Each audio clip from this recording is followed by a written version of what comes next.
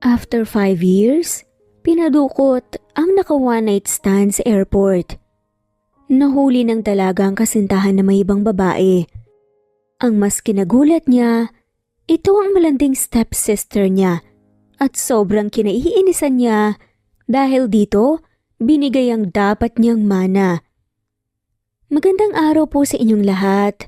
Ako po si Zaira, 26 anyos. Nagmula ako sa isang mayaman at masayang pamilya. Mala Disney princess ang buhay ko sa piling ng aking mga magulang. Ngunit, ang lahat ay nagbago nang pumanaw ang aking ina sa sakit na breast cancer.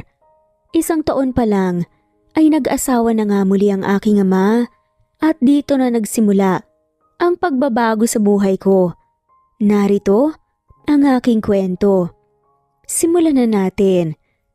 Malalim na ang gabi pero nanatili sa bar si Zaira kung saan siya dinala ng kanyang mga paa kanina. Pagkatapos ng hindi magandang pag-uusap nila ng kanyang ama at nahuli pa nga niya ang pagtataksil ng kanyang nobyo. Pakiramdam niya ay ang malas niya at pinagkaisahan nga siya ng mga tao sa paligid niya. Daig pa nga talaga niya ang isang batang inagawa ng lollipop ng kanyang stepsister. Paano ba naman kasi? Lahat ng pag-aari niya ay napunta dito nang walang kahirap-hirap. Mula sa masayang pamilya, atensyon at pagmamahal ng kanyang ama, kayamanan, na bata pa lamang siya ay inilaan na nga ng kanyang mga magulang para sa kanya. At ang masaklap, maging ang nobyo niyang minahal niya. Sa loob ng maraming taon ay pinili din si Stephanie. Muling sumagi sa isip ni Zaira ang pinag-usapan nila ng kanyang amang si Don Mateo. Excited siyang umuwi sa kanilang mansyon nang nakatanggap siya ng tawag mula sa kanyang ama. Nung mga nakaraang buwan, usap-usapan ang balak nitong pagre-retiro sa kumpanya. Kaya naman, bilang nag-iisang anak at tagapagmana, umaasa si Zaira na siya ang papalit sa posisyon na iiwan nga nito. Zaira, matanda na ako at gusto ko namang i-enjoy ang nalalabing taon ng aking buhay. Kaya ngayon gusto kong ipaalam sa'yo na iiwan ko na ang kumpanya. Saad ng Don. Matamis namang ngumiti si Zaira sa ama. Naiintindihan ko, Dad. At handa na akong pamahalaan ang negosyong sinimulan niyo ni Mommy. Huminga ng malalim ang Don bago seryosong humarap sa anak. Zay, naisip kong mabuting ibigay ko kay Stephanie ang pamamahala ng negosyo. Mas matanda siya sa iyo at siya ang mas may kakayahan na gawin yun. Isa pa, nagtapos siya ng kursong related sa pamamahala ng kumpanya. Paliwanag ng matanda. Sukat sa kanyang narinig ay nagpanting ang tenga ni Zaira at galit na tumayo. Ano po? Mas ipagkakatiwala mo ang negosyo na pinaghirapan niyo, Mommy, sa taong hindi natin kaano-ano? Sa hindi niyo po kadugo? Zaira, magdahan-dahan ka naman sa pananalita mo. Pamilya na rin natin si Stephanie. Umiling-iling si Zaira. No, Daddy. Never. Kahit kailan hindi ko ituturing na pamilya ang mga taong dahilan kung bakit nagkakagulo tayo. Hindi sumagot si Don Mateo, pero makikita ang matinding galit sa mukha nito. Anak lang kita, Zaira, at ako pa rin ang magdedesisyon kung kanino ko ibibigay ang kumpanya. Besides, 30% sa kikitain nito ay mapupunta na rin sa iyo. Bukod pa doon, ang monthly allowance mo. Nagpipigil ng galit? Nasaad pa ng Don. That's not enough, Dad. Ako ang nag-iisa mong anak. Ako ang may mas karapatan. Kaya ako lang ang dapat mamamahala sa kumpanya. Akin ang kumpanya. Pinaglalaban ni Zaira ang karapatan niya. Napailing na nga lamang si Don Mateo. Ibibigay ko rin naman sa iyo ang kumpanya kapag nakita kong nagbago ka na. Paano ko ipagkakatiwala sa iyo ang kumpanya na pinaghirapan namin ng mommy mo kung makikita kong halos gabi-gabi kang gumigimik kasamang mga kaibigan mong wala ding direksyon ng buhay. Ang laki ng pinagbago mo simula nang mamatay ang mommy mo. Nahihirapan na rin akong intindihin ka. Malungkot na sabi ni Don Mateo. Pero nanatiling sarado ang isipan ni Zaira para sa paliwanag ng ama. Sa halip, galit niya itong hinarap at saka dinuro. Ikaw ang may kasalanan kung bakit naging ganito ako. Simula nang mamatay si mommy, hindi na kita naramdaman, Dad. Pinabayaan mo akong mag-isa na magluksa sa pagkawala niya. Habang ikaw, sinusubsob mo ang sarili mo sa trabaho at sa pakikipaglandian sa sekretarya mo. Hindi ka pa nakontento. Pinakasalan mo pa siya at pinatira sa bahay natin kasama ang anak niya. Hindi mo man lang iniisip ang nararamdaman ko at ni mommy. Kung nabubuhay lang siya, hindi ko mararanasan ang lahat ng to. Umiiyak sa galit nga ng wika ni Zaira. Shut up. Wala kang respeto. Hindi mo alam kung ano ang mga pinagdaanan ko. Umuusok nga sa galit na sagot naman ng kanyang ama. Maagap naman itong inalalayan ng kanyang madrasta na laging nasa tabi nito. Pareho lang tayo. Dahil hindi mo rin nirespeto ang mga alaala ni mommy. Sumbat nga ni Zaira. Pero kasunod noon ang pagdapo ng kamay ng kanyang ama sa kanyang pisngi at malakas siyang sinampal. Nanlalaki ang mga mata at hindi makapaniwala na tumingin si Zaira sa ama kasunod ng paglandas ng masaganang luha sa kanyang mga mata. Halatang nagulat naman ang kasama nila. Pawang nakaawang ang bibig nang magina at tila hindi makapaniwala sa nasaksihan. Habang si Don Mateo natataranta na lumapit sa anak at mabilis na umiwas si Zaira. I'm sorry anak, hindi ko sinasadya. Nauutal pa nga na saad ng Don. Pero lalo lang umusbong ang galit ni Zaira sa ama. I hate you, Daddy. Mula ngayon, kalimutan mo lang naging anak mo ko. You will never be my daddy forever. Galit na galit niyang sigaw bago walang lingon, likod na umalis. Hinabol pa nga siya ng kanyang ama pero hindi na nga niya ito pinansin pa. Dumiretso siya. Sa kanyang silid, parang akunin ang iba pang kanyang mga gamit. Akala ni Zaira, pinakamabigat na ang nangyari sa pagitan nila ng kanyang ama pero nagkamali siya. Dahil lang napadaan na nga siya, sa silid ni Stephanie, bahagya nga niyang nasilip ang tao sa loob dahil nakabukas ang pinto. At hindi siya makapaniwala sa kanyang nasaksihan. Si Stephanie, kasama ang kanyang nobyong si Marlo. Magkayakap ang mga to, kulang na nga lang talaga ay magkapatong at naghahalikan. Galit na pumasok si Zaira sa silid at hinaplot ang buhok ni Stephanie bago ubod lakas itong sinabunutan. Malandi ka? Kasing landi ka ng nanay mong higad! Sigaw ni Zaira. Zaira, I'm sorry. Umiiyak na hinging paumanhin ng babae. Isang malakas na sampal pa ang binigay ni Zaira kay Stephanie bago ito binitawan sa kahinarap ang kanyang nobyo. Sunod-sunod niya itong sinuntok sa mukha at dibdib hanggang sa napagod na nga siya. Mga walang iya kayo? Bagay nga kayong dalawa parehong manggagamit. Hampas lupa. Duro pa nga ni Zaira sa mga ito bago nga taas noong lumabas ng silid. Nakita pa nga ni Zaira ang pagdating ng kanyang ama na sigurado ay narinig ang ingay sa silid ni Stephanie. At narinig din niya ang tinawag siya nito pero hindi na nga niya ito pinansin pa at parang walang nakitang tuloy-tuloy na lumabas.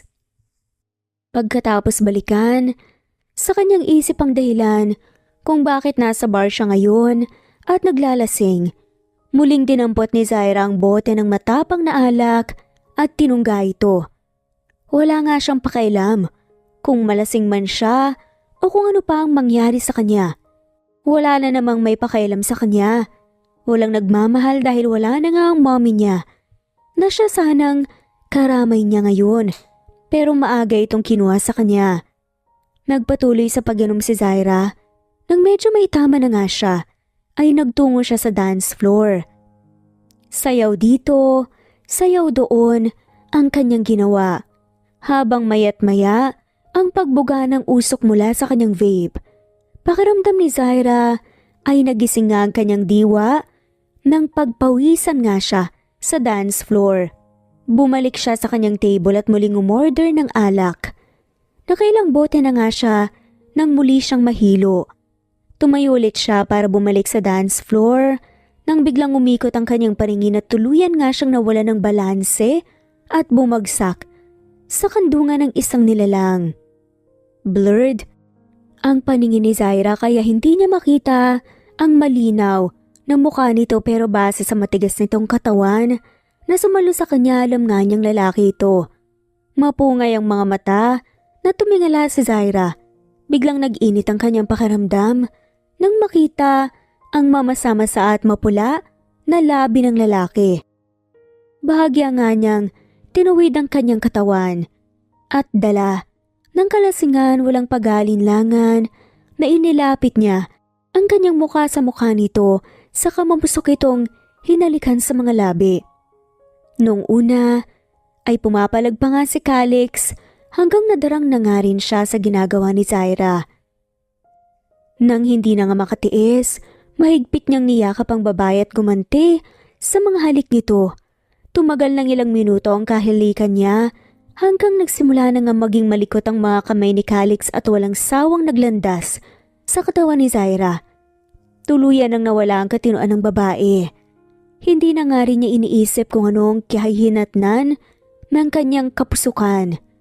At kung may makakita man sa kanila, walang ibang mahalaga sa kanya ng mga oras na yun, kundi maibsan ng init na tuluyang tumupok sa kanyang pagkatao. Lihim siyang napangiti nang makita sa kanyang isip ang naglalarong imahe ng kanyang ama. Sigurado siyang nagwawala ito sa galit kapag nakarating dito ang mga ginagawa niya. At sa pamamagitan noon ay nakaganti na nga siya dito. Nagpatuloy sila sa kanilang ginagawa at wala isa man sa kanila ang gustong paawat. Hanggang sa bumaba na nga ang mga labi ni Calix. Kay Zaira, tila natauhan naman ang babae at mabilis na lumayo sa lalaki. Nang tangkang yayakapin nga siya ni Calix, pinigilan niya ito. Nagpahayag ng pagtutol ang lalaki, kaya muling napangiti si Zaira. Wag dito. Mapangakit na wika pa nga niya. Mapungay ang mga matang tinitigan nga ni Calix ang magandang mukha ni Zaira. Bago kumuha ng pera sa kanyang wallet at inilapag iyon sa mesa, sa kabinuhat ni Zaira palabas ng bar at sinakay sa kanyang sasakyan. Dinala ni Calix ang babae sa hotel kung saan siya nag-check-in. Pagbaba nila ng sasakyan, muli silang naghalikan. Mangilan-ngilan lang ang tao sa lugar at mukha namang walang pakialam ang mga to sa kanila. Sa elevator pa nga lang ay darang na nga, kaya pagdating sa silid, kinuha ni Calix ng tuluyan nang ipinagkaloob ni Zaira ang sarili sa estrangherong lalaki. Ninamnam nga nila ang bawat sandali ng gabing yun. Kinabukasan, napabalikwas ng bangon si Zaira nang makitang wala nga siya sa sariling silid. Lalo pa siyang tumili ng maramdamang masakit ang pagitan ng kanyang mga hita at tumayo siya sa paanan ng kama at hindi pinigilan ang pagbuhos ng kanyang mga luha nang makita ang sarili na walang anumang saplot. Lumapit nga siya sa malapad na salamin at lalo pa nga siyang umiyak nang makita ang ilang mapulang marka sa kanyang balat. Ganon din ang pulang marka na nasa puting bedsheet. No, hindi pwedeng mangyari ito. Nagpapanik at paulit-ulit na sabi nga niya sa kanyang sarili. Parang nauupos na kandila na umupo sa sahig si Zaira habang walang patid sa pag-iyak. Matagal niyang iningatan ang kanyang sarili at kahit naging pasaway siyang anak, na barkada, nagrebelde sa kanyang ama, patuloy niyang iningatan ang kanyang pagkababae. Kahit sa nobyo niya, hindi nga niya ito nagawang ibigay, pero dahil sa kalasingan at katigasan ng kanyang ulo sa isang iglap, ay naglaho ang virginity na iniingatan niya. At ang masaklap pa talaga, sa isang estranghero pa nga niya isinuko ang kanyang sarili. Paano kapag nabuntis siya? Saan niya hahanapin ang lalaking yun? Paano niya palalakihin ang kanyang magiging anak, kayang wala nang natira sa kanya? Nakakainis. Ang syong-syong mo talaga, Zaira. Puro ka na nga problema, dinagdagan mo pa. Lalo ka lang pagtatawanan ni Stephanie ng yun. At baka tuluyan ka ng itakwil ng ama mo kapag nagkataon.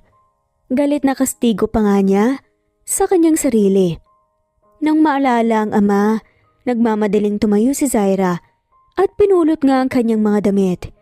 Inayos na ang kanyang sarili bago lumabas ng hotel at tumuwi ng mansyon. Hihingi siya ng tawad sa kanyang ama dahil sa mga sinabi niya dito kahapon. Aayusin niya ang kanilang relasyon at ang kanyang buhay. Pagdating sa mansyon, dumiretso si Zaira sa sala. Nagulat pa nga siya nang naabutan doon ang kanyang ama, asawa nito at si Stephanie, kasama ang kanyang ex-boyfriend na para bang sadyang hinihintay ang kanyang pagdating. Dad? Parang may bukol sa lalamunan na tawag nga ni Zaira sa kanyang ama. Nagangat ng mukha si Don Mateo bago tumayo at lumapit kay Zaira. Napatras si Zaira nang makita ang galit na galit ng mukha ng kanyang ama na Don. Ingrata? Malakas na sigaw ng Don bago sinampal ang anak. Dad? Luhaan naman ang mga matang sagot ni Zaira. Umiiyak siya, hindi dahil nasaktan siya ng sampal ng kanyang ama, kundi dahil sa takot na pwedeng kahihinatnan ng kanyang ginawa. Ano pang ginagawa mo dito? Lumayas ka! Wala akong anak na katulad mo. Dumadagundong pa nga ang galit na boses na saad nga ng Don. Nanginig sa takot si Zaira nang makitang muling umangat ang isang kamay ng ama at maaga naman itong pinigilan ni Annie, ang kanyang madrasta. Tama na, pakinggan mo muna ang anak mo. Dad, I'm sorry, hindi ko sinasadya. Umiiyak, nahinging pa uminhin ni Zaira. Suwail kang anak, umalis ka na at wag ka nang magpapakita sa akin. Baka kung ano pang magawa ko sa'yo. Puro problema at kahihiyan na lang ang dala mo sa pamilyang to. Dad, please. Hindi ko na po uulitin. Magbabagong buhay na po ko. Talagang hindi na. Dahil ngayon pa lang, ipapahanda ko na ang mga dokumento para makaalis ka na ng bansa. Hindi ka na nahiya sa sarili mo? Kalat na kalat ngayon sa social media ang pinaggagawa mo kagabi. Wala ka na ba talaga nakatiting na pagpapahalaga sa sarili mo? Nagawa mo pa talagang sumama sa hindi mo kilalang lalaki para lang makapaghiganti sa akin.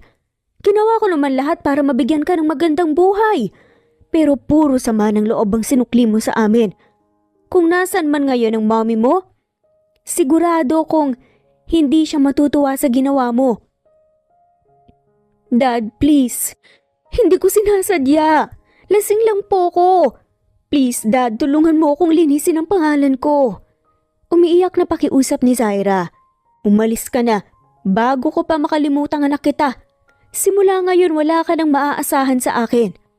Galit na banta pa nga ng Don, bago tumalikod at umakyat sa hagdan.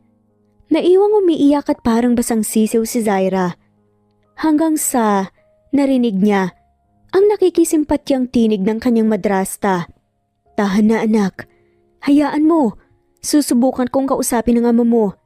Anito pero hindi sumagot si Zaira. Hindi niya alam kung totoo ba ang concern na nababanaag niya sa mga mata nito. Isa pa ay mas nangingibabaw pa rin ang galit niya dito dahil ito ang anak nito ang dahilan kung bakit siya humantong sa sitwasyong to. Maya-maya pa, tumalikod na nga rin ang ginang at sumunod sa asawa. Marahas na pinahid ni Zaira ang kanyang mga luha nang makitang nakatingin sa kanya si Stephanie at dati niyang kasintahan na si Marlo. Matalim ang mga matang tumingin siya sa dalawa na ngayon magkatabing nakaupo sa sofa. Anong tinitingin-tingin niyo dyan? Zaira, huwag ka naman sanang magalit sa akin. Mahinahong saad naman ni Stephanie. Sa katangkang yayakap nga sana kay Zaira, pero mabilis nga niya itong iwinaksi. Huwag ka nang magkunwari pa. Alam kong masaya ka sa mga nangyayari dahil masasolo mo na si Daddy. Magagawa niyo ng mag-ina ang mga gusto niyo. Zaira, huwag ka namang magsalita ng ganyan. Totoong concerned kami ni Mama sa'yo. Napakunot noon si Zaira. Talaga? Alam mo, kasalanan mo lahat ng to eh. Kundi dahil sa'yo, hindi kami nag-aaway ni Daddy. Hindi sana ako maglalasing at hindi sana nangyari sa akin ang nangyari kagabi. Sumbat pa nga niya. Nahihiyang nagbaba ng tingin si Stephanie. Matikas namang tumayo sa likuran nito, si Marlo, at buong pagmamahal na inakbayan si Stephanie. Bagay na, dati, ay kay Zaira naman ito ginagawa. Huwag mong isisi sa nobya ko, ang kapalpakan mo. Akala ko ba, i-reserve mo ang sarili mo para sa lalaking mapapangasawa mo. Pero tignan mo ngayon, kalat na kalat sa social media ang ginawa mo. Kawawa naman ang mapapangsawa mo. Tiyak pinagtatawanan siya ng lahat. Pangungutya pa nga ni Marlo. Ibang-iba ito sa Marlo na nakilala niya at nakasama niya. Nagpupuyos na nga lamang sa galit si Zaira. Kung nagkamali man ako, okay lang. At least hindi ako katulad yung dalawa. Mga manloloko kayo. Gold digger at manggagamit. Hindi pa nakakasagot si Marlo, ay mabilis na tumalikod nga si Zaira at bumalik sa kanyang kondo. Samantalang dala ang mga gamit pambabae na nakalagay sa malaking paper bag, bumalik nga sa kanyang unit si Calix. Pagbukas niya ng pinto, bumungad sa kanyang tahimik na silid. Nagmamadali siyang lumapit sa kama at nang hindi nakita si Zaira, mabilis ang mga kilos na tinungo niya ang banyo pero wala din ito doon. Naiinis sa kanyang sarili na hinilamos niya ang kanyang palad sa mukha paakyat sa kanyang ulo. Dapat hindi siya umalis. Sana hindi niya iniwan ang babaeng kasama niya kagabi. Lalo pa, at maski pangalan nito, hindi niya nakuha man lang. Dapat pala, kinilala muna niya ito. Nang natiyak na wala na nga talaga ang babae sa kanyang unit, tinawagan ni Calix ang kanyang secret bodyguard. Saan pumunta ang babaeng kasama ko kagabi? Tanong na nga lamang ni Calix. Hindi ko po napansin, sir eh. Sagot naman ng tauhan. Paano hindi mo nakita? Nagbabantay ka naman sa akin, di ba? Naiinis na bulalas nga ni Calix. Opo, sir. Pero wala po ko napansing. Lumabas po dito eh. Ano po bang pangalan ng babae, sir? Hahanapin ko po, huwag kayong mag-alala. Napailing na nga lamang si Calix. Hindi ko nga alam kung anong pangalan niya eh. Po? Sige po sir. I-check ko na lang po ang CCTV. Naiiling na saad na nga lamang ng lalaki. Pagkatapos makipag-usap sa kanyang tauhan, sumasakit ang ulang umupo sa couch ni Calix. Napailing na nga lamang siya nang sulyapan ang paper na bag na dala nga niya kanina. Lumabas siya kanina para bumili ng gamit ng babae pero hindi niya inaasahan na tatakasan siya nito. Dinampot ni Calix ang kanyang cellphone na may nag-pop up nga na notice doon. Hindi na nga siya nagulat nang makita ang larawan nila ni Zaira na viral na ngayon sa internet. Malabo ang mukha niya pero ang mukha ng babaeng kasama niya malinaw na nakuna ng litrato. Agad siyang nakaramdam ng awa para dito. Nag-aalala din siya, kaya agad nga niyang tinawagan ang kanyang tauhan para ipalinis yon. Makalipas ang ilang araw, tuluyan nang nawala sa internet ang mga larawan ni Zaira kasama ang estrangherong lalaki. Kahit papaano ay nagpasalamat siya sa kanyang ama dahil kahit galit ito sa kanya ay pinoprotektahan pa rin siya nito. Kaya naman bilang ganti, sa kabutihan ng Don, hindi na nga siya tumutol pa nang ipadala nito sa sekretary nito ang mga dokumento na kailangan niya sa pag-alis sa bansa. Ngayong araw ang flight ni Zaira patungo sa Canada at para itago ang kanyang pagkakakilanlan sa mga tao. Nagsuot siya ng makapal na jacket at malapad na shades. Mabigat ang kanyang hakbang na pumasok siya sa paliparan. Nang nakaupo na nga siya sa eroplano, isang mapait na ngiti ang sumilay sa kanyang mga labi. Dalangin niya na sana sa pag-alis niyang ito ay makapagsimula na nga lamang siya ng bagong buhay sa mga taong nanakit sa kanya at tinalikuran siya. Makalipas ang 5 taon, Malapad ang ngiti sa mga labing tinapos ni Calix. Ang pakikipag-usap sa kanyang tauhan na nasa kabilang linya. Sa wakas, natapos na ang mahabang panahong paghihintay. Magkikita na tayong muli, love. Masayang bulalas nga ni Calix bago muling dinampot ang bote ng wine at nagsalin sa hawak na kupita. Ang tagal ng panahon niya itong hinanap hanggang nalaman niyang lumabas pala ito ng bansa. Ang isang gabing may namagitan sa kanila. Hindi nabura sa kanyang isipan sa loob ng maraming taon at ngayon handa nga siyang gawin ang lahat. Mapa sa kanya lamang ang babaeng matagal nang nagmamay-ari ng kanyang puso at nagturo sa kanya kung paano magmahal. Samantalang nang makatanggap ng tawag si Zaira mula sa kanyang ama, agad siyang lumipad pabalik ng Pilipinas kasama ang kanyang kambal na anak. Mama, bakit po ngayon niyo lang po sinabi sa amin na mayroon po pala kaming lolo? Nagtataka na tanong ni Zia. Hindi agad nang kasagot si Zaira. Sinadya niyang huwag banggitin at ipakilala sa kanyang mga anak ang kanyang ama dahil alam niyang galit pa rin ito sa kanya at ganun din naman siya dito. Katunayan, ang 5 taong lumipas na wala silang kumustahan, hindi rin siya umuwi ng bansa at ganun din naman ang kanyang ama na kahit minsan hindi siya magawang dalawin sa Canada kahit alam naman ito ang address niya doon. Hanggang ngayon ay dala-dala pa rin niya sa kanyang puso ang sama ng loob kay Don Mateo. Kasi po, di ba laging busy sa work si mama kaya nawala sa isip ko eh. Pagsisinungaling na nga lamang ni Zaira. Tumangutang naman ang cute na bata. Okay po, pero mama, mabait po ba ang lolo namin? Oo naman anak, mabait siya. Pero kung mabait po siya, bakit hindi niya po tayo dinalaw sa Canada? Bakit po hindi niya tayo tinatawagan? Singit naman ni Zenny. Alam niyo katulad ko sobrang busy din kasi ng lolo niyo eh. Sana po matuwa siya kapag nakita niya po kami, baka po kasi magalit siya sa amin. May pag-aalala ang tinig ni Zia.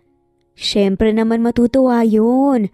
Kayo kaya ang kauna-unahan niyang apo at kayo lang ang apo niya dahil nag-iisa lang naman niya akong anak eh. Marami pang ang napag-usapan ng mag-ina. Habang palabas sila ng airport, maingat naman na inalalayan ni Zaira ang mga anak. Nang nasa labas na nga sila ng paliparan, tatawag na nga sana si Zaira ng taxi nang biglang huminto ang 2 van sa kanyang harapan.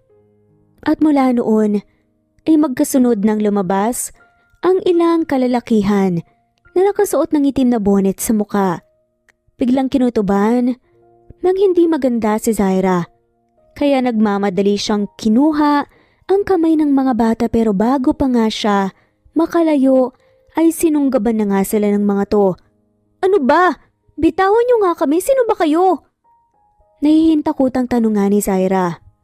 Sumama ka na lang sa amin para hindi ka masaktan. Babala ng isa sa mga lalaki. Mommy? Umiiyak na tawag nga ng 2 bata.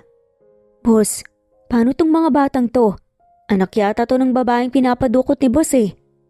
Tanong ng isa. Dalhin yun na rin. Sagot ng pinaka-leader ng grupo. Ano bang kailangan niyo sa akin? Pera ba? Kailangan niyo ba ng pera kahit magkano ibibigay ko sa inyo basta pakawalan niyo lang kami? Pagmamakaawa ni Zaira. Hindi namin kailangan ng pera mo dahil bayad na kami. Gusto ko lang naman makita ni boss. Napakunot noo si Zaira. Sino bang nag-utos sa inyo na para gawin to? Makikilala mo rin siya mamaya. Sagot ng isa bago umupo sa tabi ni Zaira. Kaya napilitan nga siyang umusod. Naiinis na pumiksi nga siya nang madikit sa kanyang braso nito. Ang mga anak ko, anong ginagawa niyo sa kanila? Nasaan sila?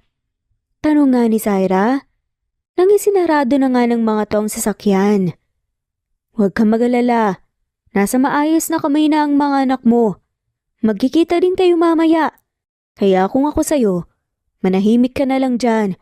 Kung ayaw mo ako, ang magpatahimik sa'yo. Galit na sagot ng isang lalaki. Hoy, Huwag mo akong takutin. Sad naman ito. Huwag mong takutin, malalagot tayo kay boss. Saway naman ng driver. Ang ingay eh. Katuwiran ng lalaki. Kahit na, pag nagsumbong yan, baka ikaw ang habang buhay na tumahimik. Baliw na baliw pa naman sa kanya si bossing. Dahil nga sa naririnig na pag-uusap ng mga to, hindi napigilan ni Zaira mag-isip kung sino ang nasa likod ng pag-kidnap sa kanila. Pagkatapos ng mahigit 1 oras na biyahe, huminto ang van sa tapat ng isang malaki at magarang mansyon na nasa labas ng lungsod. Kahit papaano ay naibsan na nga ang pag-aalala ni Zaira. Nang mamataan nga ang van kung saan nakasakay ang kanyang mga anak. Habang papasok sa mansyon, nasa likuran ni Zaira ang 3 lalaki at sa magkabilang gilid naman ang 2 pa. Naiinis na nagtaas ng kilay ang babae. Kung bantayan siya ng mga ito para bang makakatakas pa nga siya. Pakainin daw muna sila. Salubong ng isa pang lalaki sa kanila. Ang mga anak ko. Nasaan ang mga anak ko? Galit na tanong nga ni Zaira. Kumain ka na muna. Makikita mo rin mamaya ang anak mo. Hindi. Paano ko makakain kung hindi ko alam kung nasaan ang mga anak ko? Nasa dining area sila. Halika, sasamahan kita. Alok nga ng lalaki na nasa kanyang harapan. Walang pag-atubili na sumama si Zaira sa mga to. Pagdating sa dining area, naabutan ni Zaira ang kanyang mga anak. Nakaupo ang mga to sa harap ng mesa, kung saan maraming pagkain ang nakahain.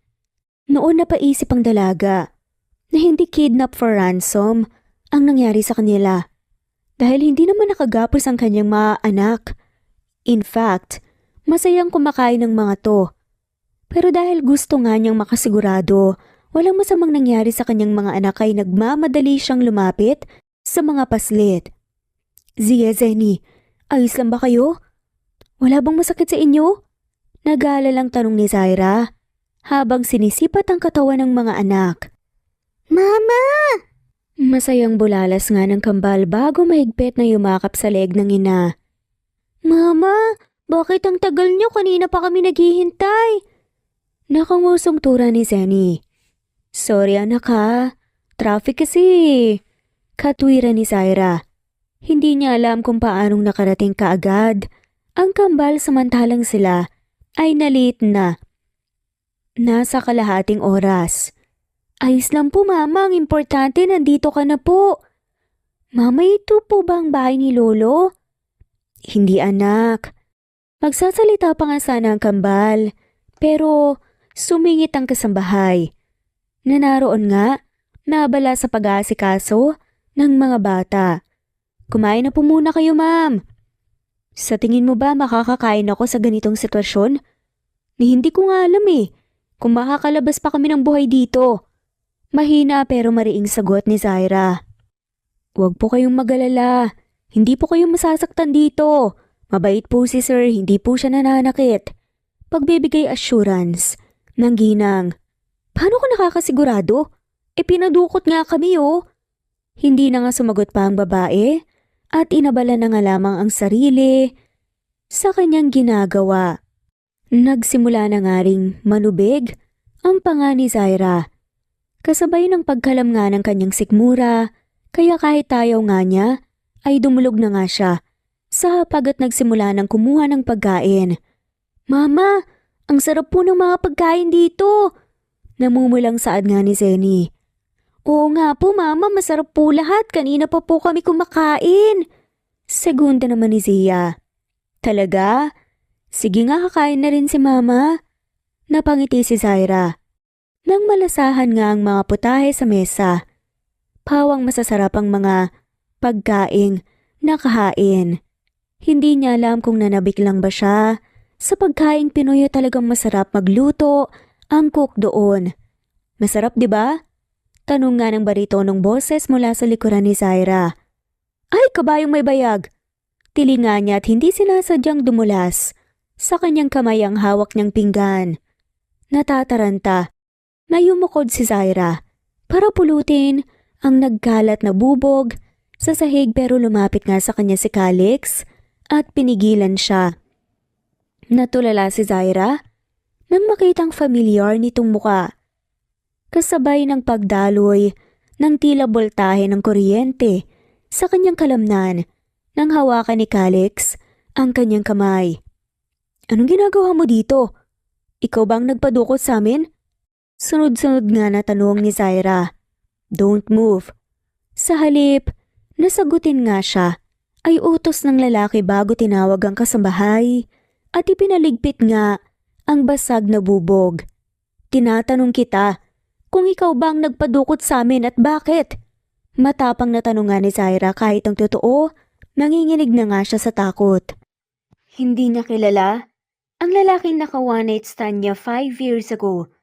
Pero base sa mukha nito, na carbon copy nga ng kanyang mga anak, hindi siya maaaring magkamali. Ito ang ama ng kambal. Dahil gusto ko kayong makasama. Kasual na sagot nga ni Calix. Yun lang? Ipapakulong kita.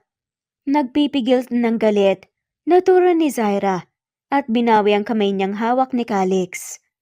Talaga? Paano? Nanunoy ang balik nga nito. Nagpupuyos sa galit na hinarap nga ni Zaira, si Calix. Kapag nakaalis kami dito, sa kulungan ng bagsak mo. Saad ni Zaira. Mapang-asar naman ang umisi si Calix bago umupo sa silya na nasa dulo ng mesa. Yun ay kung makakaalis pa kayo dito. Tila naghahamon naman ang saad ni Calix. Dito na po kami titira? Namimilog ang mga matang singit ni Zia. Yes, baby, simula ngayon dito na kayo titira kasama ko. Wow, talaga po! Ang ganda naman po ng bahay niyo at saka ang laki po! Papuri naman ni Zenny. Zia, Zenny, wag nga kayong maniwala sa hukluban na yan. Aalis tayo dito dahil hinihintay tayo ng lolo niyo. Saway nga ni Zaira sa mga anak. Pero mama, gusto po naming makasama ang papa namin. Katwiran nga ni Zenny. Nanlalaki ang mga mata ni Zaira sa narinig. Saka hindi makapaniwala na tumingin sa mga anak. Ngumiti naman ang malapad si Calix habang pinanunood ang reaksyon ng babae. Hindi siyang papa niyo, anak. Saad ni Zaira. Dahil sa sinabi ni Zaira, nawala ang ngiti sa labi ni Calix at nagsimula na ngang dumilim ang muka. Pero mama, siya po ang papa namin, look oh. Pareho po kami ng ilong, mata at saka labi. Ganon din po si Zia. Kaya sigurado po kami siya po ang papa namin at saka love niya po kami. Siya po ang nag-alaga sa amin kanina nung wala pa kayo. Nilinis po niya ang poop ni Zia. Anak, sa kawalan ng sasabihin, yun na nga lamang ang naisatinig ni Zaira. Mister, tawag nga ni Zaira sa lalaki pero sumenya sa gadito at pinatahimik siya. Kumain ka na. Mamaya na tayo mag-usap. Kapag ko ay seryosong wika ni Calix. Muli namang kinabahan si Zaira sa nakitang reaksyon ng binata. Pagkatapos kumain, hindi natupad ang sinabi ni Calix na mag-uusap sila dahil agad itong umalis nang makatanggap ng tawag. Si Zaira naman at ang kanyang mga anak ay dinala ng mga kasambahay sa kanilang mga magiging silid. Kanina pa nakahiga si Zaira pero hindi siya dinalaw ng antok. Iniisip niya kung tama ba ang hinala niya na ang lalaking ito ang naka one night stand niya. Base sa perfume nito at sa hugis ng katawan ni dagdag pa, nakamukha ito ng kanyang mga anak. Kaya nasisigurado nga niyang ito nga ang lalaking kumuha ng kanyang virginity. Pero bakit pa sila nito hinanap? Paano nito nalaman ang pagbabalik niya sa bansa? Iilan lamang iyon sa mga katanungan na paulit-ulit umiukil sa isip nga ni Zaira hanggang tuluyan na nga siyang nakatulog. Madilim na sa labas nang nagising siya. Inaantok pa nga siya pero tuluyan na ngang nagising ang kanyang diwa nang maramdaman ang presensya ng ibang tao sa kanyang paligid. Nagkukumahog nga na bumangon si Zaira at binuksan ang ilaw at agad namang bumaba ang liwanag sa apat na sulok ng silid at malinaw nga niyang nakita ang figura ng lalaking nakatayo sa tabi ng glass door at sa labas nakatingin, kaya nakatalikod nga ito sa gawin ni Zaira. "Sino ka?" Hindi ito sumagot pero narinig ni Zaira ang pagbuga nito ng hangin bago humarap sa kanya. Nagtaas ng kilay si Zaira nang makita ang mukha nito. "Sino ka ba talaga? At anong kailangan mo sa akin?" Naiinis na tanong nga ni Zaira. "Ako si Calix. Remember nung gabing hinalikan at niyakap mo ko sa bar?" Diretsahan itong sinagot. Nagiinit ang mga pisnging umiwas. Nang tingin si Zaira. 5 taon nang nakalipas. Pero hanggang ngayon, nahihiya ka pa rin? Yan ba ang dahilan kaya ako umalis ng bansa? Seryosong tanong nga ni Calix. Humugot ng mabigat na paghinga si Zaira bago sumagot. "Nasira ang reputasyon ko dahil sa nangyari." "I know. Kaya nga gumawa ka agad ako ng paraan pero huli na. Dahil bago pa kita nahanap nakaalis ka na." "Bakit mo pa ako hinanap?" Nagtatakang tanong ni Zaira. "Dahil ginulo mo ang mundo ko." "Excuse me? Hindi mo ko kabit. Kaya kung may asawa ka na nang nangyari sa atin yun, it's not my fault. It's all your fault. Dahil pumatol ka sa akin, knowing na may pamilya ka na." Mataray na sagot nga ni Zaira pero ang totoo ay nanghihinayang nga siya. Na-amaze na pinagmasdan nga ni Calix si Zaira. Hindi naman napigilan ng dalaga na manlambot ang tuhod sa klase ng tingin nito sa kanya. Pakiramdam ni Zaira na nigas nga ang kanyang mga tuhod nang umupo si Calix sa kanyang tabi at nagdikit ang kanilang mga balat. "Sino bang nagsasabi sa'yo na may asawa na ako? Binata ko nang magkita tayo. At hanggang ngayon binata pa rin ako dahil sa kakahintay na bumalik ka." Saad ni Calix. Parang kiniliti ang puso ni Zaira sa narinig. Nagiinit ang mga pisngi na umiwas siya ng tingin. At pilit binaliwala ang nararamdaman. Hindi niya hahayaang maging marupok na naman siya sa pagkakataong to. "Alam mo, wala naman akong pakialam sa mga sinabi mo eh. Kaya pwede bang pauwiin mo na lang kami ng mga anak ko? Hinihintay ako ng daddy ko." Saad ni Zaira. "Sigurado ka bang hinihintay ka? Sabagay, baka nga hinihintay ka niya dahil may kailangan siya sa'yo." "Uy, kahit hindi kami okay ng daddy ko, ayoko ang tono ng pananalita mo ha. Hindi mo siya kilala, okay?" "Okay, sabi mo eh. Pero di ba? Si Don Mateo Rodriguez ang ama mo? Hindi mo ba talaga alam ang dahilan kung bakit kanya biglang pinauwi?" Napakunot noo si Zaira. "Alam mo, hindi ko alam kung bakit iniintriga mo ako ng ganito. Ang alam ko lang kidnapper ka lang namin. Kaya hindi ko alam kung saan mo nakuhang mga salitang yan. Okay, chillax ka lang. Baka nagugutom ka na. Mabuti pa bumaba na tayo para makapaghapunan ka na." "Fine, susunod ako." Pagkatapos ayusin, ang kanyang sarili bumaba na nga si Zaira. Naabutan niya sa sala ang kambal habang masayang-masaya na binubuksan ng mga nakakahong laruan. Nasa tabi ng mga ito si Calix at masayang pinagmamasda ng anak. "Zia, Zenny?" Tawag ni Zaira sa mga to. Nagmamadali namang tumayo ang dalawa at lumapit sa kanya. Hi, Mama! Ang haba po ng tulog niyo! Komento ni Zenny pagkatapos humalik sa pisngi ng ina. "Oo nga napasarap ang tulog ni Mama, kayo ba?" Hindi po kami natulog. Nanood po kami ng movie kasama po si Yaya tapos nag-drawing po kami. Tapos nang dumating po si Papa, ang dami po niyang biniling toys. Masayang sagot ng kambal. "Ganun ba? Pero dapat natutulog kayo sa tanghali para mabilis kayong lumaki." Sermon nga ni Zaira sa mga anak. Sabi po ni Papa, mag-vitamins na lang daw po kami kasi ganun din daw po yun. Katuwiran ni Zia. Naiinis na tumingin si Zaira sa lalaki.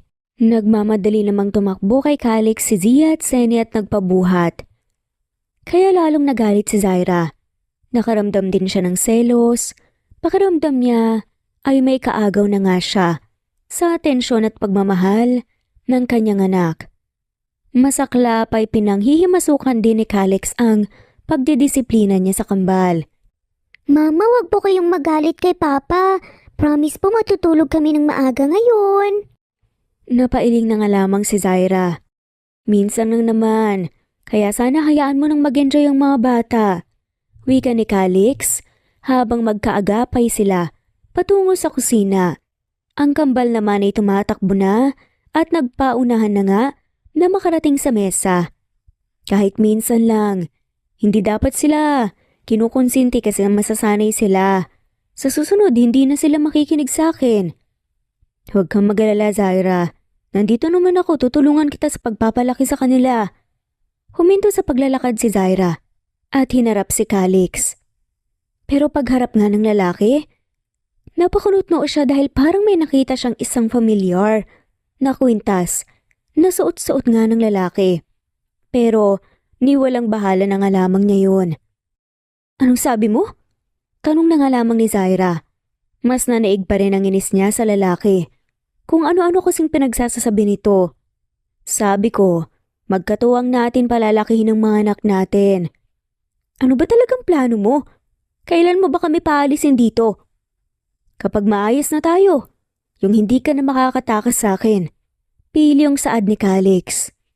Anong ibig mo sabihin? Kapag kasal na tayo, hahayaan ko na kayong dumalaw sa daddy mo. What? Napaparaning ka na ba? Bakit naman ako papayag magpakasal sa'yo ni hindi nga kita kilala? Magpapakasal tayo dahil may mga anak na tayo.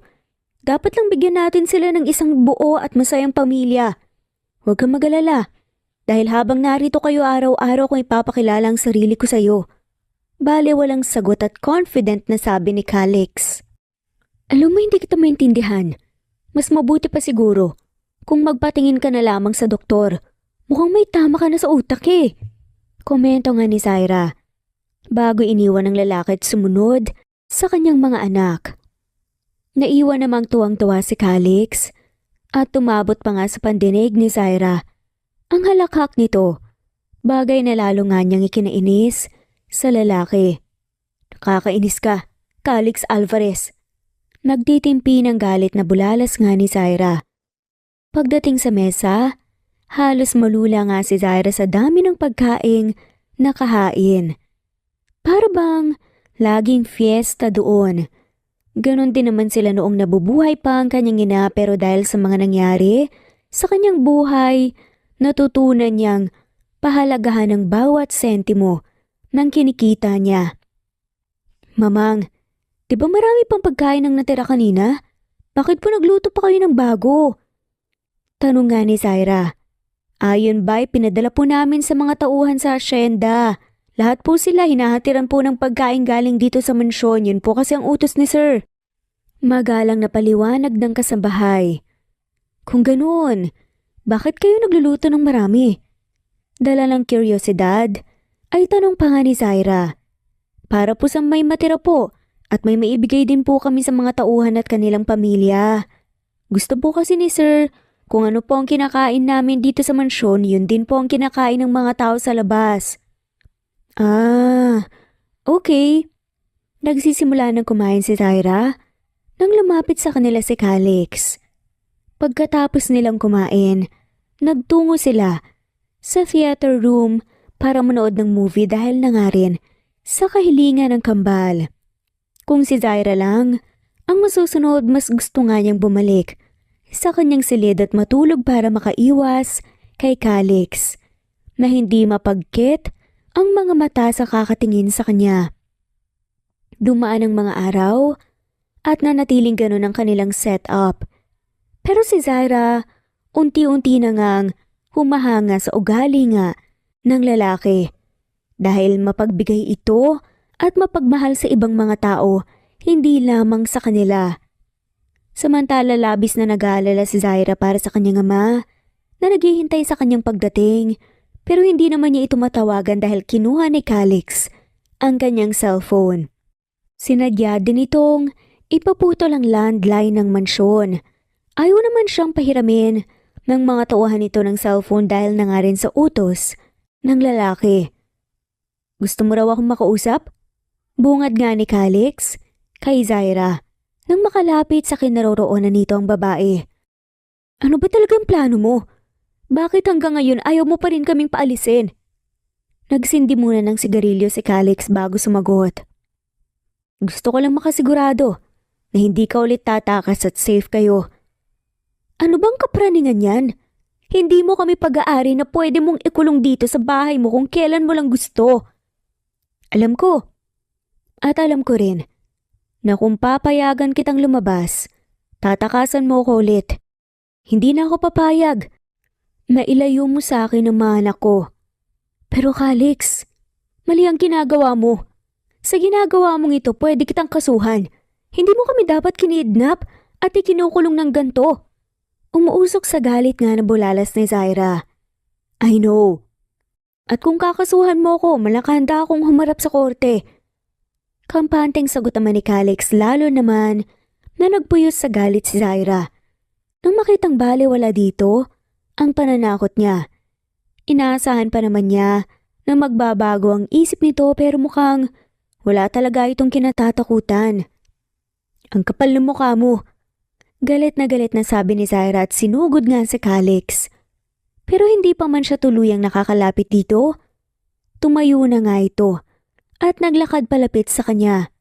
Habang palapit si Calix kay Zaira, si Zaira naman ay walang tigil sa pag-atras. Pero habang lumalapit ang lalaki, mukhang naaalala na nga niya ang kwintas na suot nito. Unti-unti tuloy nanunumbalik ang nangyari sa kanila nung gabing yon, pero in denial pa rin siya.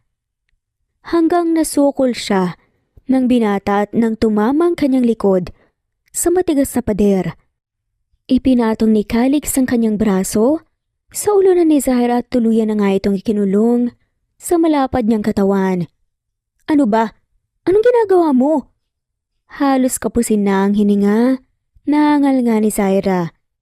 Hindi sumagot si Calix at mas lalo pang idinikit ang mukha sa mukha ng dalaga hanggang sa tuluyan nang nagtagpo ang kanilang mga labi. Nang mga sandaling yun, muling nalasap ni Zaira ang familiar na halik na matagal na nga na panahon niyang pinananabikan na muling matikman. Pagkatapos ng ilang minuto, kapwa naghahabol ng hininga, na naghiwalay ang kanilang mga labi at pinilit nga ni Zaira sumagap ng hangin dahil pakiramdam niya naninikip na nga ang kanyang dibdib. Sa uulitin na murahin mo ko o pagsabihan ng makapalang muka, hindi lang yan ang gagawin ko sa'yo. Alam kong malabo na sa alaala mo ang nangyari sa atin sa hotel. Baka gusto mong ipaalala ko sa'yo. Nakangising saad ni Calix. Bastos, nanlilisik ang mga matangasik ni Zaira. Pero ang hindi alam ni Calix, may mga naaalala na nga si Zaira. Magmula nang makita nito ang kanyang kwintas na naiwan sa kwarto noon kay Calix. Anong sabi mo? Tanong nga ni Calix at tangkang lalapit nga ulit sa babae para asarin siya pero mabilis na tinakpan ni Zaira ang kanyang mga labi bago nagmamadaling tumalikod pero automatikong tumigil sa paghakbang si Zaira. Na magsalita si Calix. Pwede naman kayong makalabas dito sa isang kondisyon. Pambibitin pa nga nito. Anong kondisyon? Nauutal na tanong ni Zaira. Pakasal ka sa akin. Kapag dinala mo na ang pangalan ko, malaya ka nang gawin ang anumang gusto mo. Kahit saan ka pumunta, hindi na kita pipigilan basta't kasama mo ko. Hindi makapaniwala na tumingin si Zaira kay Calix. Para lang itong nagalok ng candy nang sabihin nito ang kondisyon nito. Samantalang isang sagradong bagay ang nais nito. Hindi isang larong pagpapakasal, Mr. Alvarez. Palaban naman na saad ni Zaira. Alam ko, at hindi ako naglalaro lamang. May anak tayo, at kasal na lang ang kulang sa atin para matawag tayong pamilya. Gusto kong makasal tayo sa lalong madaling panahon para may pakilala ko na sa publiko ang aking mga anak. Hindi ko alam kung normal pa ba talaga ang takbo ng isip mo, praning ka na lang talaga. Naiinis nga na sabi ni Zaira bago tumalikod sa lalaki at bumalik sa loob ng bahay. Dumaan muna siya sa kusina at uminom ng tubig dahil pakiramdam niya ay natuyo ang kanyang lalamunan. Hindi siya makapaniwala sa inaalok ni Calix sa kanya. Aaminin niyang may espesyal na nga rin siyang pagtingin dito, pero hindi ibig sabihin nun ay sasakyan niya ang mga trip nito. Isang umaga nagising ang dalaga na maraming petals ng bulaklakan ang nagkalat sa labas ng kanyang silid patungo sa hagdan. Sinundan niya ito hanggang narating niya ang ibaba ng hagdan kung saan naroon ang dalawa niyang anak at parehong may hawak na bouquet. Anak, anong ginagawa niyo? Saan niyo kinuha ang mga yan? At saka bakit kayo nagkalat ng petals? Natatarantang tanong nga ni Zaira sa kambal. Good morning, Mama! Pinabibigay po ito ni Papa sa inyo. Sabi ni Zia at inabot nga ang bulaklak sa ina. Sumunod naman dito si Zenny. Para sa naman ng mga to? Sisimulan daw po ni Papa ang panliligaw po sa inyo para maging happy family na daw po tayo. Sagot naman ni Zenny. Ano naman kayang kalukuhan to? Mahinang husal nga ni Zaira. Hindi to kalukuhan, Zaira. Mahal kita. At sa harap ng mga anak natin gusto kong magpaalam sa'yo kung pwede na ba kitang ligawan. Napapitlag pa nga si Zaira nang marinig ang boses ni Calix sa kanyang likuran. Hindi sumagot si Zaira. Sa halip kinuha niya ang isang kamay ni Calix at bahagya itong hinila palayo sa kanilang mga anak. Ano na naman ba to? Tanong nga ni Zaira. Alam kong narinig mo ang sinabi ko kanina. Gusto kitang ligawan. Calix, matanda na tayo para sa ligaw-ligaw na yan. Nangungunsuming sa adama ni Zaira. Matamis namang ngumiti si Calix. So ibig sabihin tayo na? Kahit hindi pa ako nanliligaw? Sumakit nga ang ulo nito. Nasilapo nga ni Zaira nang palad ang kanyang noo bago napapagod na humarap sa lalaki. Ang ibig kong sabihin, huwag ka nang manligaw sa akin kasi wala naman akong balak pumasok sa isang relasyon. Sapat na sa akin na kasama ko at inaalagaan ng mga anak ko. Biglang napalis ang ngiti sa mga labi ni Calix at agad sumeryoso.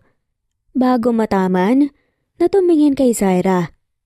Hindi ako titigil hanggat mapapayag ka. Alam kong may nararamdaman ka na rin sa akin. Napairap si Zaira. Ang lakas din naman talaga ng radar mo, no? Oo, tama ka nga. Dediretsuhin na kita. May nararamdaman ako sa'yo. Inis nga eh. Nakairap nga na sagot ni Zaira bago tumalikod. Napapagod na nga siyang makipag-usap kay Calix. Dumaan pa ang mga araw at katulad ng sinabi ni Calix, hindi nga ito tumigil sa panunuyo kay Zaira. Palagi itong may pasalubong sa magina at madalas din itong magpa-deliver ng bulaklak at tsokolate para kay Zaira.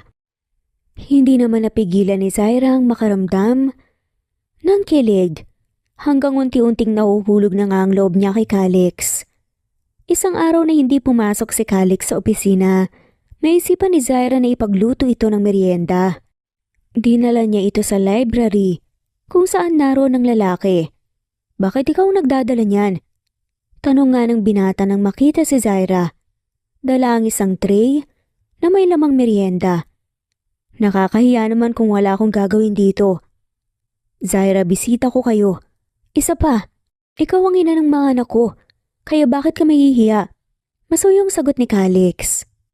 Kahit na, gusto ko naman meron din akong ginagawa. Kaya halika na, kumain na tayo, ako ang nagluto nito. Gusto din kasi kitang makasabay kumain. Talaga?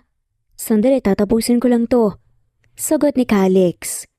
Bago ibinalik ang atensyon sa ginagawa marahan namang ibinaba ni Zaira ang pagkain sa mesa. Pagkaway, umupo siya sa silya na naroon at matamang nagmamasid sa paligid. Tapos na ako, kain na tayo. Paanyaya nga ni Calix. Maya-maya pa isabay nang kumain ng dalawa habang panakanakang nag-uusap. Naiinip ka na ba dito? Gusto mo bang ipasyal ko kayo ng mga bata? Sa gitna ng pagkain ay tanong nga ni Calix. Hindi naman, ayos lang. Saka na lang siguro tayo mamasyal kapag hindi ka na busy. Sagot ni Zaira. Zaira, alam mo naman na kaya kong gumawa ng paraan, mapasaya ko lang kayo ng mga anak natin. Huwag mo kong isipin. Nakikita ko naman lahat ng ginagawa mo para sa amin. At alam ko rin na busy ka. Kaya naiintindihan ko. Umupo ng tuwid si Calix habang pinagmamasdan ang kagandahan ni Zaira.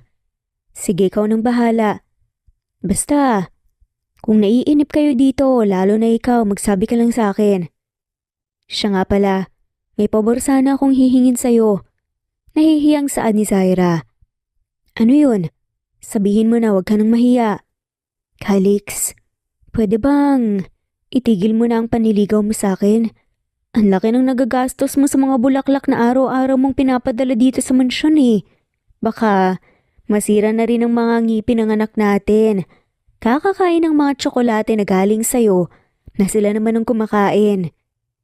Hindi kaagad nakahuma si Calix nang narinig nga ang sinabi ni Zaira.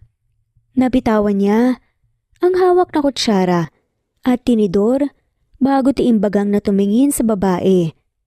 Hilingin mo na ang lahat, wag lang yan. Dahil hindi ako titigil sa panliligaw sa'yo hanggat hindi ko nakukuha ang matamis mong oo. Seryosong sagot ni Calix.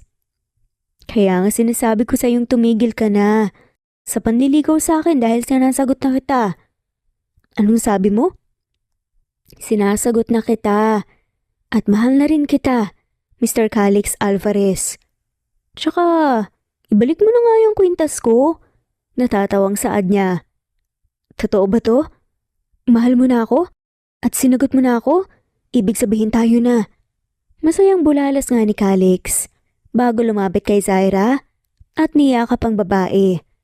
Masaya namang tumango si Zaira. Mahal na mahal din kita. Sakay babalik ko lang to. Pagkasal na tayo. Pagbibiro pa nga niya. Naiiyak sa labis na tuwa na saad ni Calix bago puno ng pananabik na hinalikan ng mga labi si Zaira na tinugon naman ng babae. Kinabukasan, bandang tanghali nang natulog si Zaira. Pasado 6:00 ng gabi nang ginising siya ng kasambahay.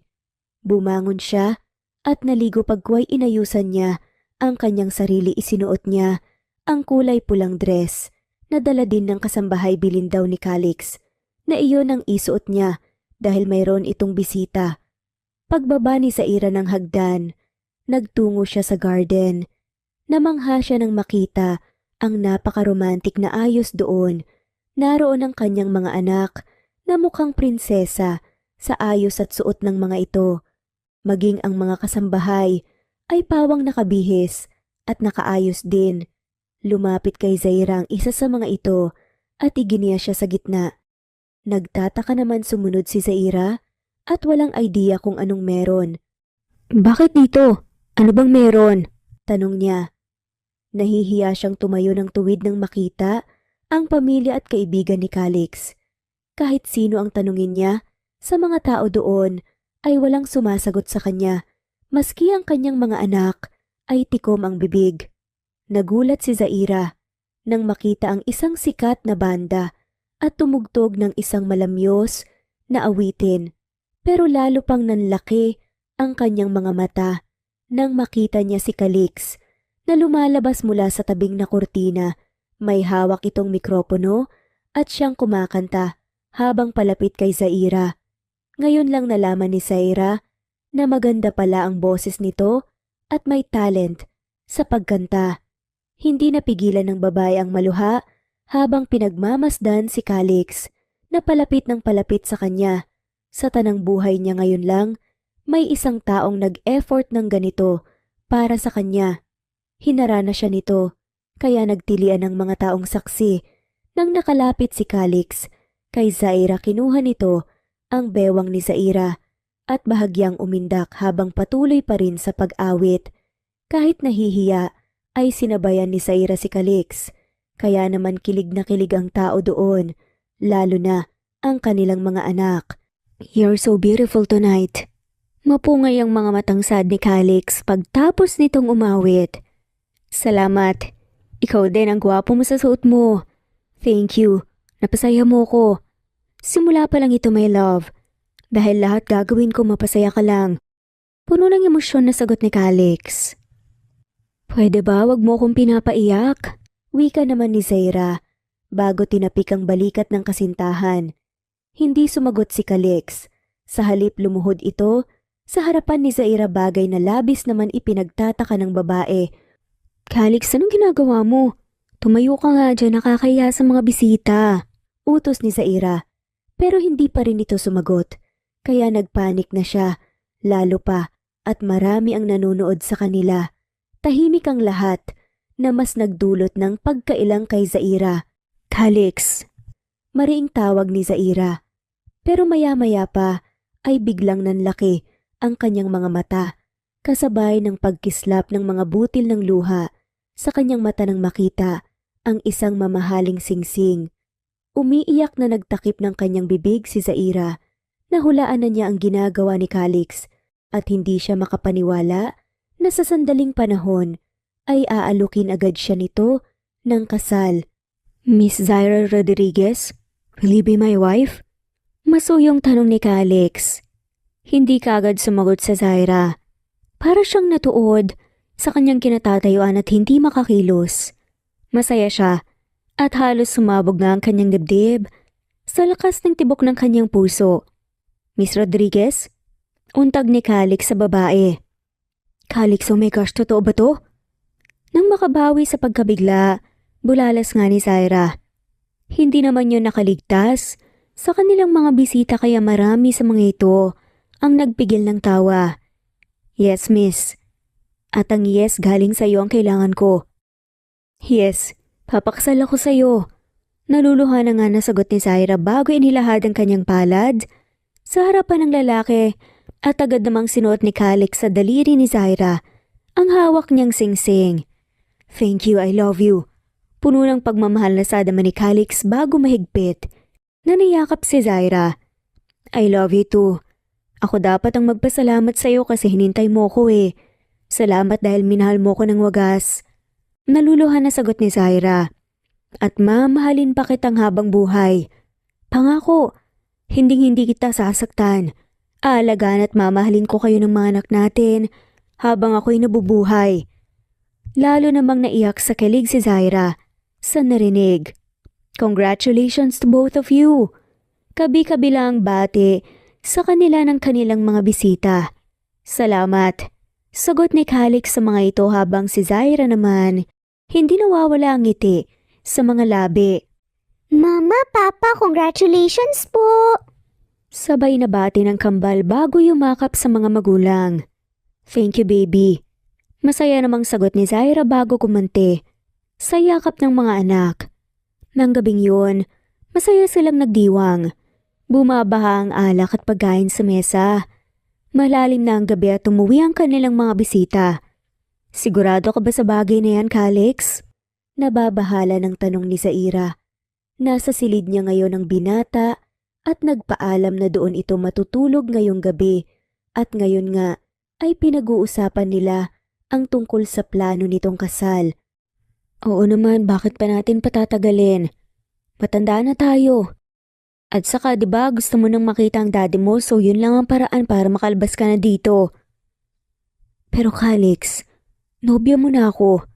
Nag-propose ka na nga eh. Hindi pa rin ba ako pwedeng lumabas? Hindi. Katulad ng napag-usapan natin noon makakalabas ka lang dito sa mansyon kapag kasal na tayo.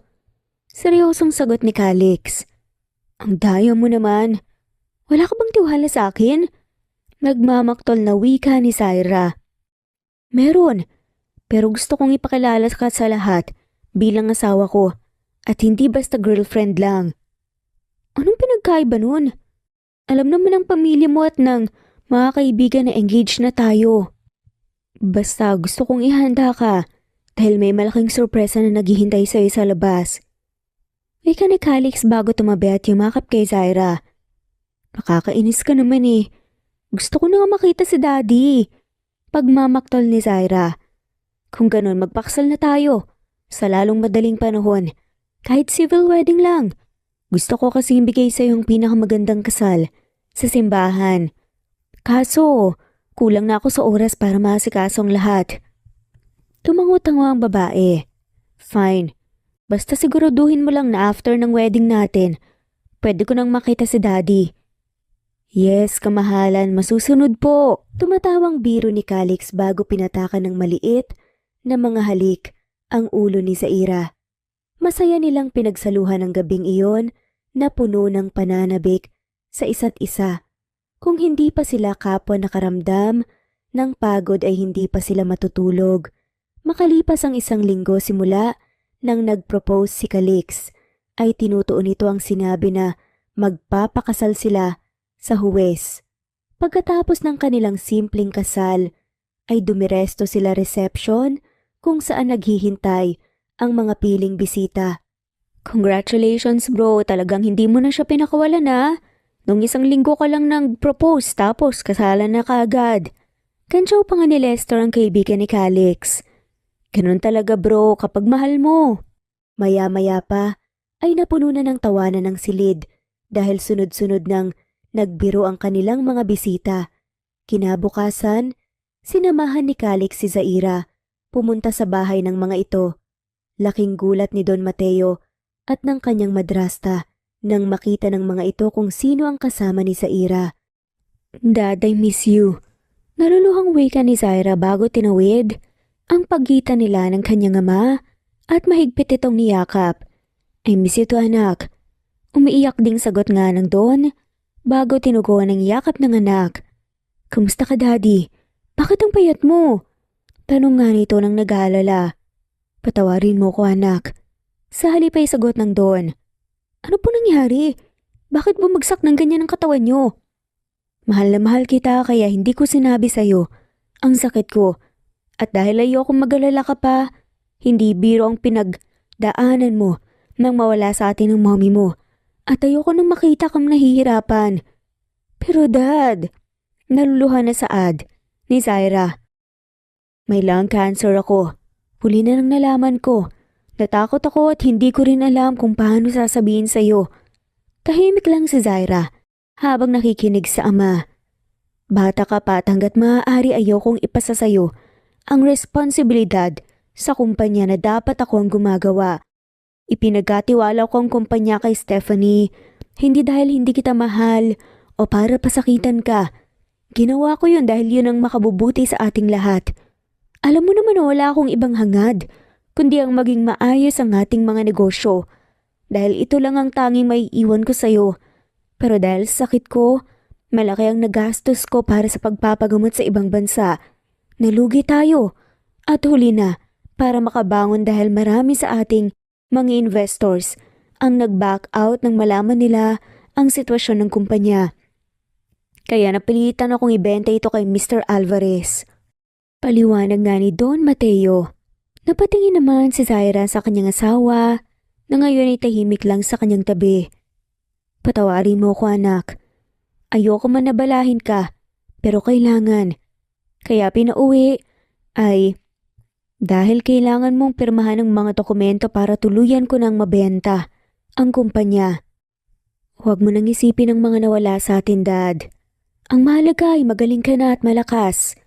Habang nagpupunas ng luha ay sad ni Zaira. Matamis namang ngumiti ang Don. Salamat, anak. Ngayon masaya at panatag na ang aking kalooban. Kung dumating man ang araw na kailangan na kitang iwan. Daddy, huwag kang magsalita ng ganyan. Tignan niyo nga mas malakas pa kayo sa kalabaw. Sagot ni Zaira na tinawanan naman ang kanyang ama. Maya-maya pa ay kinuha ni Zaira ang isang kamay ni Calix at pinisil. Daddy, may gusto po pala akong ipakilala sa inyo. Si Calix po, asawa ko, tama ng mga anak ko. Magandang araw po, sir. Magalang nabati naman ni Calix. Magandang araw din. Tawagin mo na lang akong daddy, total. Asawa ka na pala ng anak ko. Ito naman si Annie ang asawa ko at si Stephanie ang kanyang anak. Magandang araw po sa inyo. Magandang araw din, iho. Sagot naman ni Annie habang si Stephanie naman, bahagya lang nag-angat ng muka at tumango. Mr. Alvarez, hindi ko na itatanong kung bakit madalian ang naging kasal niyo ng aking anak. Pero gusto kong sabihin sa'yo na gusto kong makasal kayo sa simbahan. Iba pa rin kapag may basbas ng ating Panginoon ang inyong pagsasama. Tumango-tango si Calix. Huwag po kayong mag-alala dahil bala ko naman po talaga na magpakasal kami ng simbahan. Sa ngayon po kasi ang mga dokumento muna ng aming kambal ang inasikaso ko para dalhin nila ang pangalan ko. Kambal? Hindi makapaniwala ulit ni Don Mateo bago pabalik-balik ang nagtatanong nitong tingin kay Zaira at Calix. Opo, Dad. May anak po kami at kambal po sila. Parehong babae, may apo na po kayo. Masayang singit ni Zaira. Talaga? Gusto ko silang makita. Kailan mo sila ipapakilala sa amin? Excited na tanong naman ni Don Mateo. Pagbalik po namin galing honeymoon. Ang dami kong pagkukulang sa iyo, anak. Hayaan mo sana kaming bumawi sa mga anak mo. Dad, huwag niyo na pong isipin yun. Masaya na po ako dahil kahit naging rebelde at matigas ang ulo ko, hindi niyo po ako pinabayaan. Salamat po dahil pinahinto niyo kaagad ang pagkalat ng mga larawan sa internet. Nangunot ang noo ni Don Mateo. Tumikhim naman si Calix. Anak, hindi akong gumawa nun. Ang ginawa ko lang, pinaalis kita ng bansa para hindi ka na masaktan sa mga naririnig mo, sa mga tao at para makaiwas ka na nga lamang din sa kahihiyan. Ano pong ibig niyong sabihin? Tanong ni Zaira. Mas mabuti pa siguro kung asawa mo ang tanungin mo sa bagay na yan. Pagkatapos ng kanilang pag-uusap, hindi pumayag si Don Mateo na umalis agad sila. Inimbitahan sila nitong doon na kumain. Malugod naman pinaunlakan ni Zaira at Calix ang ama. Magiliw silang inistema ni Tita Annie at Don Mateo. Pagkatapos kumain, inaya pa ni Don Mateo si Calix na uminom sa pool area. Kaya naiwan si Zaira sa kanyang madrasta. I'm sorry, Tita. Sa lahat ng sama ng loob na binigay ko sa'yo, hindi ko po kasi matanggap ang bilis na pinalitan ni Daddy si Mommy. Tumango-tango naman si Annie. Naiintindihan ko, anak. Nung mawala si Mama Eloisa, hindi yun matanggap ng iyong ama. Kaya dinamayan ko siya. Pero hindi ko naman inaasahan na mahuhulog ang loob namin sa isa't isa. Paliwanag ni Annie. Salamat, Tita. Dahil lagi kang nandyan para kay Daddy. Sorry po ulit sa mga masasakit na salitang sinabi ko sa inyo noon. Matapos makipag-usap sa kanyang madrasta, umakyat sa pangalawang palapag si Zaira at nagtungo sa dating silid. Napangiti siya nang makitang walang nagbago doon. Nasa dati pa nga ring pwesto ang kanyang mga gamit. Si Mama, ang madalas maglinis dito. Ayaw niyang may kasambahay na pumapasok sa silid mo. Mahinahong wika nga ni Stephanie sa likuran ni Zaira. Dahil abala siya, sa pagmamasid hindi niya manamalayang nakalapit na pala ito sa kanya. Zaira, patawarin mo ako kung sa tingin mo inagaw ko sa iyong boyfriend mo. Dagdag pa nga ni Stephanie nang hindi sumagot ang babae. Wala na sa akin yun. Nagpapasalamat pa nga ako sa nangyari kasi nakilala ko si Calix dahil doon. Sorry talaga. Akala ko kasi totoong ako ang mahal niya.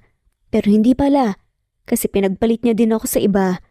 Hindi ko kasi siya nagawang ipaglaban kay Mama nang nalaman kasi ni Mama ang relasyon namin pinaghiwalay niya kami. Sorry, dahil nasaktan kita noon. Alam mo nung umalis ako marami akong na-realize. Marami akong nasayang na panahon. Panahon na sana naranasan ko man lang ang magkaroon ng kapatid. At ikaw yun. Saad ni Zaira. Hindi ka nagalit sa akin? Walang dahilan para magalit ako sa iyo. O kahit kanino. Maganda na lahat ng nangyayari sa buhay ko ngayon at ayoko nang masira pa ito nang dahil sa galit. Salamat, Zaira. Madilim na ang paligid nang umalis si Zaira at Calix sa bahay ng kanyang ama. Gusto pa ni Don Mateo na doon sila maghapunan pero tumanggi sila dahil baka hinahanap na sila ng kanilang anak. Gumaan ang pakiramdam ni Zaira matapos niyang magpatawad at makinig sa mga taong matagal niyang itinuturing na kaaway. Ngayon ay masaya siya at kampante dahil nakikita niya kung gaano kamahal ni Tita Annie ang kanyang ama. Ngayong okay na kayo ng family mo, pwede bang ang honeymoon naman natin ang asikasuhin natin? Habang nagdadrive ay wika nga ni Calix. Sure, mister. Total, mabait ka naman kaya sige. San mo ba gusto? Gusto ko sanang mag-out of town tayo ng mga bata. Request ni Calix. Walang problema. Pagbalik na lang natin galing sa honeymoon saka ako na lang sila ipapakilala sa kanilang lolo. Kinabukasan, agad gumaya kang mag-anak para sa trip nga nila sa Japan. Matagal na pala itong plano ni Calix, kaya nakahanda na nga ang lahat. Mama, sasakay pa ulit tayo ng airplane? Masayang tanong ni Zia. Opo, magbakasyon tayo. Wow, thank you mama! Papa! Malambing na wika nga ng kambal. Para sa inyong mga anak, lahat ibibigay ni Papa. Singit ni Calix at marahang siniko ni Zaira sa tagiliran ng asawa. Huwag mo ang bolahin ng mga anak natin. Alam mo naman nasabit lang sila dito. Paanas na sita ni Zaira. Hindi naman napigilan ni Calix ang tumawa sa sinabi ng asawa. Naging masaya ang bakasyon ng pamilya ni Zaira, mahigit 1 linggo din sila sa Japan. Nang bumalik sila ng Pilipinas, tinalawa niya ang kanyang ama kasama ang mga anak. Anak, mag-bless kayo sa lolo niyo. Utos nga ni Zaira at agad namang tumalima nga ang ama. Hinatid lamang sila doon ni Calix dahil marami pa itong kailangan gawin at para na rin daw masolo nilang mag-iina ang kanyang ama. Ikaw po pala ang lolo namin. Kamusta po kayo? Tanong ni Zenny. Masaya ako na nakita ko kayo. Alam niyo ba nung ganyan ang edad ng mama niyo? Ganyan din siya, kakulit at kadaldal. Dad, totoo yun anak, kaya nga tuwang-tuwa sa'yo ang mommy mo eh. May lungkot nga sa mga mata na saad ni Don Mateo. Nasaan na po ang lola namin? Anak, di ba sinabi ko sa inyo na nasa heaven na ang mommy ko? Paalala nga ni Zaira sa anak. Yung isa pong lola namin, mama. Sagot naman ni Zia at napatungo na nga lamang si Zaira nang maintindihan ang sinasabi nga ng kanyang anak. Hello, ako ba ang hinahanap mo? Masuyong tanong nito. Tumango-tanong naman ang cute na bata bago yumakap sa ginang. Masayang nakipaglaro sa mga batang mag-asawa habang si Zaira naman nagtungo sa kusina at tinulungan nga si Stephanie sa paghahanda ng pagkain. Nakakatawa kang pagmasda, napakaganda mo pa rin at blooming. Wika nito. Ikaw din naman na. Maganda at sexy ka rin. Pero syempre ibang ganda mo. Seryosong saad dito. Natatawa na sinuri ni Zaira ang kanyang stepsister. Teka nga, bakit parang may kakaiba sa'yo ngayon? Masayahin ka na ulit. Kasi nawala na ang guilt sa puso ko. At saka, nag-move forward na ako, tumatanggap na rin ako ng bagong maniligaw. Loka-loka ka. Anong ibig mong sabihin? Simula kasi nung umalis ka, pakiramdam ko kasalanan ko ang lahat. Kaya yun, nang maghiwalay kami ni Marlo, hindi na nga ako nagbaligaw pa. Kaya pala, ayan tuloy naunahan na kita. May kambal na ako. Natatawang saad pa ni Zaira. Ayos lang. Darating din ako dyan. Sagot ni Stephanie sabay pang tumawa ang dalawa. Tapos na nga silang mag-dinner nang dumating si Calix. Tapos na rin daw itong kumain dahil may meeting ito kanina. Kamusta naman ang araw nyo? Tanong ng binata. Masaya po, Daddy. Mukha nga mga anak kaya nyo next time. Matagal niyong makakasama ang lolo at lola nyo. Bakit po? Kasi pagkatapos ng kasal namin ni Mama, gusto ko pumunta kami ng Europe pati iwan namin muna kayo sa lolo nyo. Nagtakip ng tenga si Zaira dahil sa malakas na tili ng kambal. Kids, enough. Saway niya. Mama, narinig po yun? Mag-overnight daw po kami sa bahay ni Lolo. Masayang sabi ni Zia. Pagdating sa kanilang mansyon pumasok agad sa kanilang silidang mag-asawa. Bakit ganyan ang itsura mo? Pinagod ka ba ng mga bata? Tanong ni Calix. Medyo. Naiiling naman na saad ni Zaira. Gusto mo bang imasahe kita? Hindi na, alam ko namang pagod ka rin eh. Siya nga pala, may gusto sana akong itanong sa'yo. Ikaw ba ang nagtanggal ng mga larawan ko sa internet? Tanong ni Zaira na may maalala nga. Yup. Sagot naman ni Calix. Bakit hindi mo ko hinanap? Nakilala mo naman pala ako eh. Kunwa'y nagtatampong sagot ni Zaira. Hinanap kita, pero hindi kita nakita eh. Nalaman ko na lang na umalis ka ng bansa kaya hinintay ko na lang na bumalik ka. Bakit hindi mo ako sinundan? Siyempre gusto muna kitang bigyan ng space. At saka alam ko naman na uuwi ka. Hindi ko lang. Akalain na ganun pala katagal. Pero alam ko naman sa sarili ko na kaya kong maghintay kung kailan ka magiging handa. Paano mo nga pala nalaman na darating kami ng araw na yon? Tanong pa ni Zaira nang may naalala. Natatandaan mo ba si Trixie? Yung naging kaibigan mo sa Canada. Kunutoong tumango si Zaira. Nagtataka siya kung paano nito nakilala si Trixie. Si Trixie ang naging kaibigan at sandalan niya noon sa Canada. Pinsan ko siya. Pero sa Canada na nga siya nakatira kaya nang nalaman kong doon ang punta mo, ipinahanap kita. Ibig sabihin, hindi aksidente ang pagkikita namin doon? Marahang tumango si Calix. Ngayon ako, mas naniniwalang noon pa lang, baliw na baliw ka na talaga sa akin. Hindi kaya, ikaw ang unang nahulog sa akin. Basta ka na nga lang umupo sa kandungan ko at niyakap ako tapos hinalikan sa bar. Natatawang pagpapaalala pa ni Calix. Biglang nag-init ang mukha ni Zaira sa narinig. Naalala na naman niya ang kahihiyang ginawa niya few years ago. Alam mo, mapagsamantala ka din eh. Bakit mo ako pinatulan?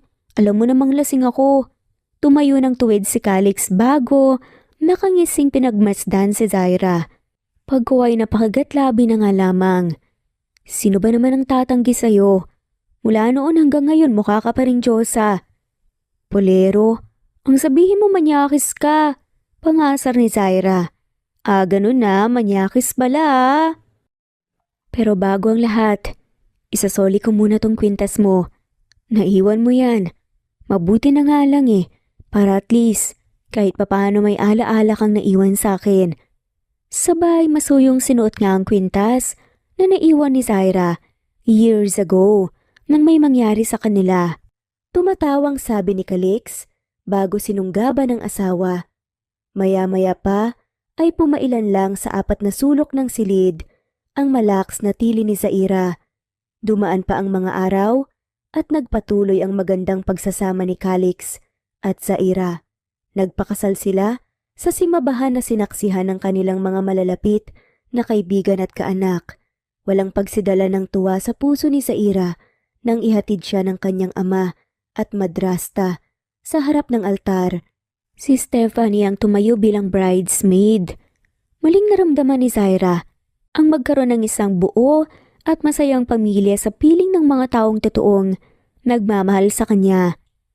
Makalipas ang mahigit isang taon, nagsilang nga siya ng kambal na sanggol na lalaki na siyang kumumpleto sa kanilang masaya at perpektong pagsasama ni Calix.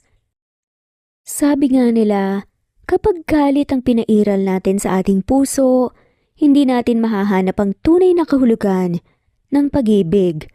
Kaya dapat piliin natin ang laging magpatawad, hindi lang sa mga taong nanakit sa atin, lalo't higit sa ating mga sarili. At dito na nga po nagtatapos ang kwentong pagmamahalan ni Zaira at Calix. Maraming salamat po sa lahat ng mawalang sawang sumusubaybay at shoutout po sa inyong lahat.